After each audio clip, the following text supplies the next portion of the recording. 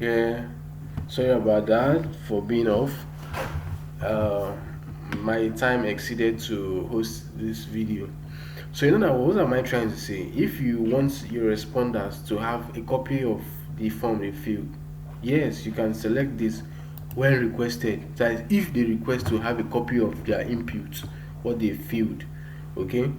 So if you want to allow response editing, responses can be changed after being submitted. I usually don't turn on this for responses to be changed. Once you've submitted. Because if responses can be changed, that means it's automatically, it might be entering as another it might be coming in as another entry. Okay. So can you see this option here which says limit to one response? I usually turn it on so that it will enable respondents to do what? To sign in to Google before they are able to fill the form. So I usually turn it on. So that's not a big issue. Okay, aside that, I think that is all about the settings for this. So I'm going to show you this response, what this responses tab is meant for when we start filling it. So the next thing we need to do is to send your link to people so that they can do what? To click it. So you need to click on this part here. Can you see this section here called send? So you click on it. So if you're sending it as an email, as a mail, you can type in the person's mail here and click on send. The person will automatically receive it. So this feature is basically used when you want to take tests or you want to do what? Write an exam using an email. Using an email. All right. So, but we are not sending anything to anybody's mail. I just want to send it to a WhatsApp group, and from there, student can fill it and give response. So you just click on this link icon here. Can you see this link icon? You click on it, then you select shorten URL. This link is too long. Just shorten it.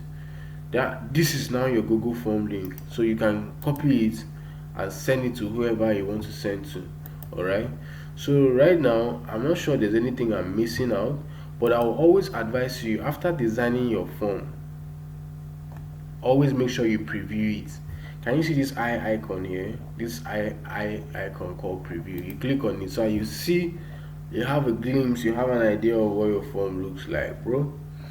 So what you need to do is you can scroll down, you can see the record email option that we selected, right? So this is the option that is selected for record email. So anybody who is filling it will have to do what? Make sure his active email is logged in before he's able to fill your form. Alright.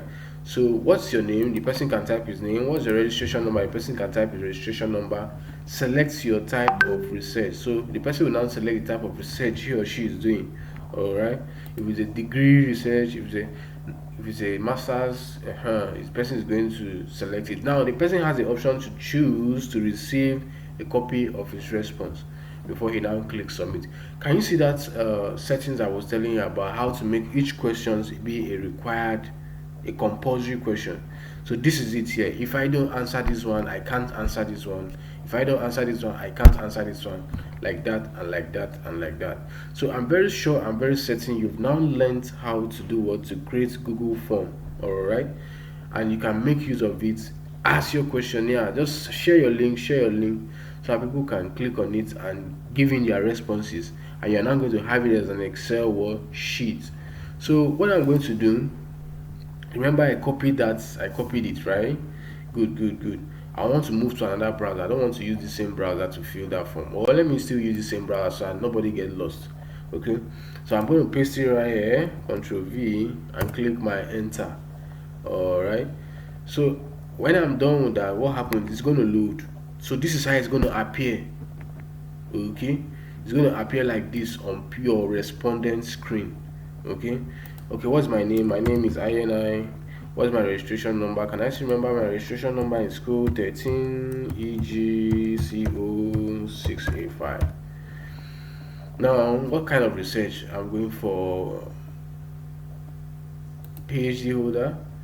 Now, let's type in the title of my research. Okay, the title of my research is what? Uh, Factors. Let me just call it factors associated with tech trends. Analysis of factors associated with tech trends. let me just say this is my what, this is my research topic. So if I'd like to receive a copy of this, I'll just activate this button and click on submit. That is all. Okay, so as you on the other end,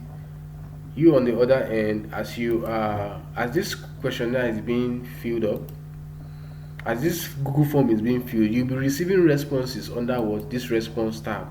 Okay, so if you no longer want responses, you can click this back. So it's not accepting responses, nobody can be able to submit. All right, so what you need to do is do what you can. If you still need people to enter it, you can still make it active. So these are people who have responded to your form. So but if you want to have a concise view of it on spreadsheet, can you see this particular spot here called link to sheet? So you click on it. Once you click on link to sheet, it's going to tell you to create a new spreadsheet. All right, you click on create new spreadsheet. I will advise for any kind of form you are filling, please make sure it's a new spreadsheet you're creating. All right, why it usually asks for new spreadsheet, sometimes data mixes up with data, because I frequently use Google Form for data collection. So data mixes up with data. If I'm not selecting a new spreadsheet, it's not going to, my data is not going to, it's going to mix up with other data I have. All right, so right now this is an entry I just made to tell me, man, with this you don't need to stress yourself. You don't need to stress yourself. Say you're printing out questionnaire or whatever and spend too much money printing out a lot of papers that after the data is being entered, they take the paper to the trash and burn them. So it's like a psychology of wastage. Do you understand? So this video has been able to teach you how to do what, to create a Google form. Okay, so one more thing, if you like to listen and watch more of my videos on going on with your research, what will you do? Please kindly hit the subscribe button and do a like and follow the page. All right, catch you on the next video. Peace.